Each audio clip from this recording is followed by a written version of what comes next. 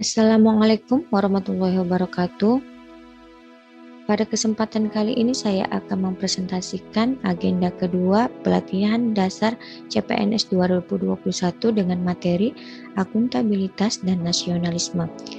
Siapakah kita? Calon pegawai negeri sipil yang telah melewati beberapa ujian yang sedang melakukan pelatihan dasar CPNS tahun 2021 yang mana hasilnya akan membawa kita sebagai pegawai negeri sipil. Perkenalkan, nama saya Fitri Suryani Rambe. Saya berasal dari instansi Rumah Sakit Umum Haji Medan. Pemateri saya yaitu Ibu Yamnur Mahlia SST, MKes. Saya dari golongan 2, angkatan 4 kelompok 2. Sebelumnya saya akan membahas Undang-Undang Republik Indonesia Nomor 5 Tahun 2014 tentang aparatur sipil negara.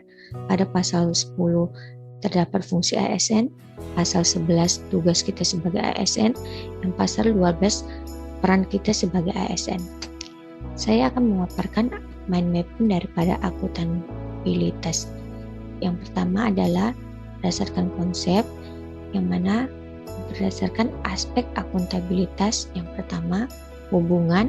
Yang kedua, orientasi pada hasil. Ketiga, memperbaiki kinerja. 4, membutuhkan konsekuensi. 5, membutuhkan laporan. Tingkatan akuntabilitas, yang pertama akuntabilitas stakeholder, yang kedua akuntabilitas organisasi, 3, akuntabilitas kelompok, 4, akuntabilitas individu, 5, akuntabilitas personal. Nilai dasar akuntabilitas: 1, kepemimpinan, 2, transparansi, 3, integritas, 4, tanggung jawab, 5, keadilan, 6, kepercayaan, 7, keseimbangan, 8, kejelasan, 9, konsistensi. Fungsi akuntabilitas: yang pertama, peran sebagai demokratis, yang kedua, peran konstitusional, yang ketiga, peran belajar. Berdasarkan mekanisme akuntabilitas dari dimensi: yang pertama, akuntabilitas kejujuran dan hukum, yang kedua, akuntabilitas proses, ketiga, akuntabilitas program, dan yang keempat, akuntabilitas kebijakan. Adapun mekanisme yang bisa kita terapkan di birokrasi Indonesia, yang pertama adalah pada perencanaan strategis, yang kedua pada kontrak kinerja, yang ketiga laporan kinerja.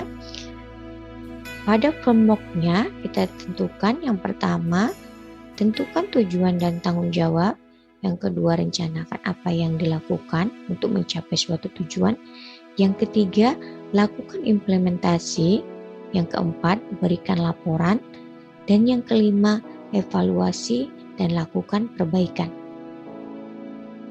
Selanjutnya saya akan menjelaskan tentang mind mapping nasionalisme Pancasila.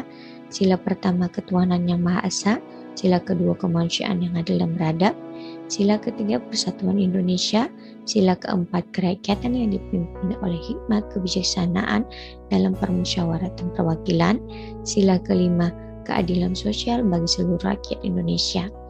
Tujuannya adalah kita bisa menerapkan fungsi kita sebagai ASN yang terkandung di dalam Undang-Undang Nomor 5 Tahun 2014, yaitu fungsi ASN: yang pertama, pelaksana kebijakan publik, yang kedua, pelayanan publik, yang ketiga, perekat dan pemersatu bangsa.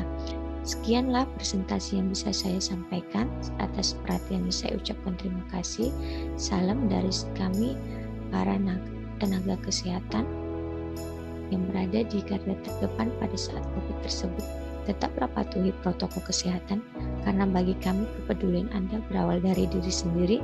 Tebarkan kebaikan dan keikhlasan dimanapun kita berada. Assalamualaikum warahmatullahi wabarakatuh.